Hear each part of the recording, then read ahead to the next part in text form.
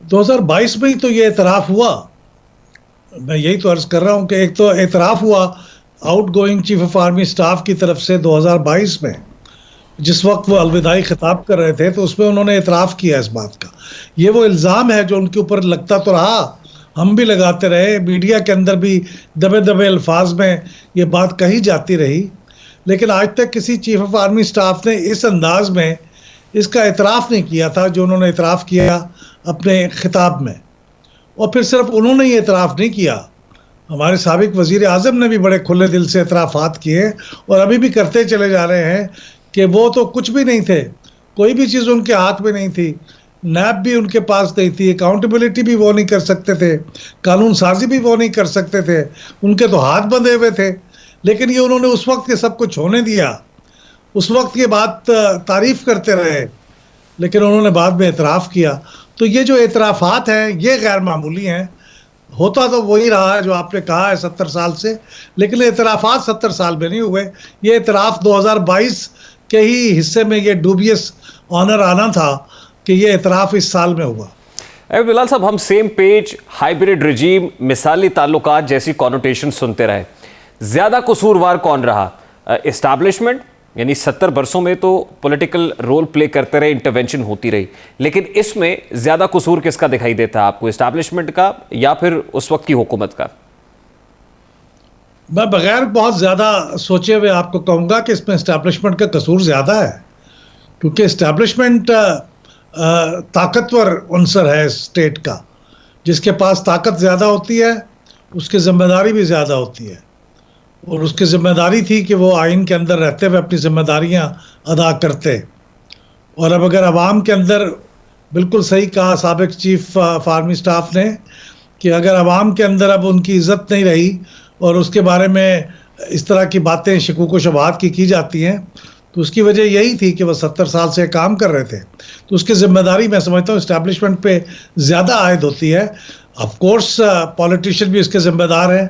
वो क्यों मानते थे, वो क्यों उनका साथ देते थे, वो क्यों बाज़ औक़ात तो खुद जाते थे, उनसे मिन्नतें तरले करते थे कि हमें आप अपने पेट्रोनेज में लें तो हम ज़्यादा बेहतर इंतखाब साबित होंगे।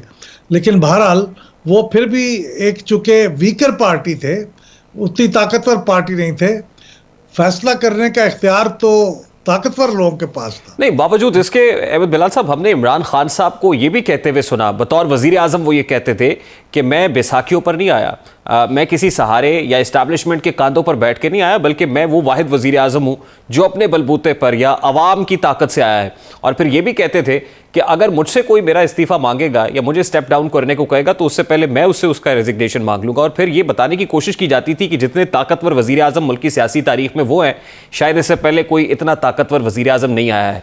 तो ये इसको क्या समझा जाए, इन स्टेटमेंट्स को? क्या ये अवाम की आंखों में धूल झोंकने के मुतरादिफ था? क्या अवाम के साथ सच नहीं बोला जा रहा था? ये एक डेविएशन थी, इसको क्या कहेंगे?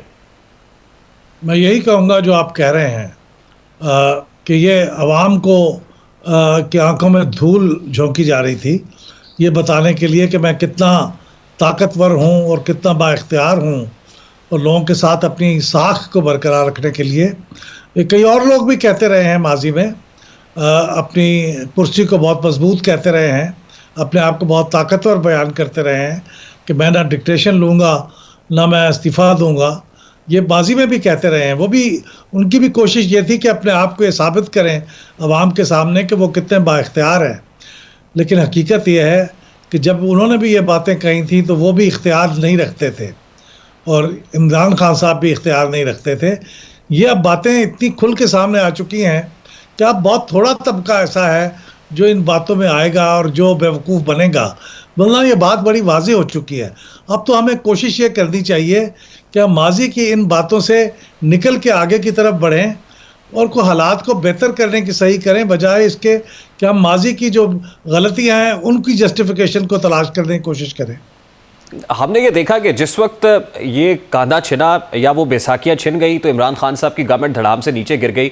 अब अगर ये कहा जाए कि इमरान खान साहब हेडलेस हैं या टुथलेस हैं at this point in time, क्योंकि हम ये भी देखते हैं ना कि उन्हीं के लोग इस्टेब्लिशमेंट की तरफ फिर निगाहें जमाए हुए हैं कि कब इस्टेब्लिशमेंट आए और वो इलेक्शंस करा दे या वो इंटरवीन करे या वो कोई मदद को आन पहुंचे। तो अब आप इमरान खान साहब की पॉलिटिक्स को इन फ्यूचर मतलब in few days to come कैसे देखते हैं कि विदाउट जब इस्टेब्लिशमेंट ये कह चुकी है वो ए पॉलिटिकल है, उनका कोई पॉलिटिकल रोल नहीं होगा, तो फिर इमरान खान साहब की पॉलिटिक्स कहाँ होगी? देखिए, वो चूंकि खुद इस्टेब्लिशमेंट के साथ शरीक कार रहे हैं, तो उनको ये बड़ी मुश्किल से यकीन आएगा कि इस्टेब्लिशमेंट इस वक्त वाकई अलूफ हो चुकी है और अलग हो चुकी है और उसका कोई रोल नहीं है, इसलिए वो इल्ज़ामात भी लगा रहे हैं। लेकिन मेरे ख्याल में उनको इस बात पे फ़िलहाल जब तक कि कोई ठोस सबूत उनके पास नहीं होता, उनको ये बात तस्लीम कर लेनी चाहिए और इसी मफरूज़े पे आगे बढ़ना चाहिए। उनके पास अवाम की तायीद हासिल है। मैं नहीं कहता कि इस वक्त इलेक्शन हो तो वो लाजमी इलेक्शन जीत जाएंगे, लेकिन जीत सकते हैं, उनके पास एक बहुत बड़ी तायीद हासिल है। तो उनको मेरे ख्याल में इसी तायीद को बुनियाद बनाकर अगले इंतखाबात की स्ट्रेटजी बनानी चाहिए। ठीक, बहुत बहुत शुक्रिया अहमद बिलाल।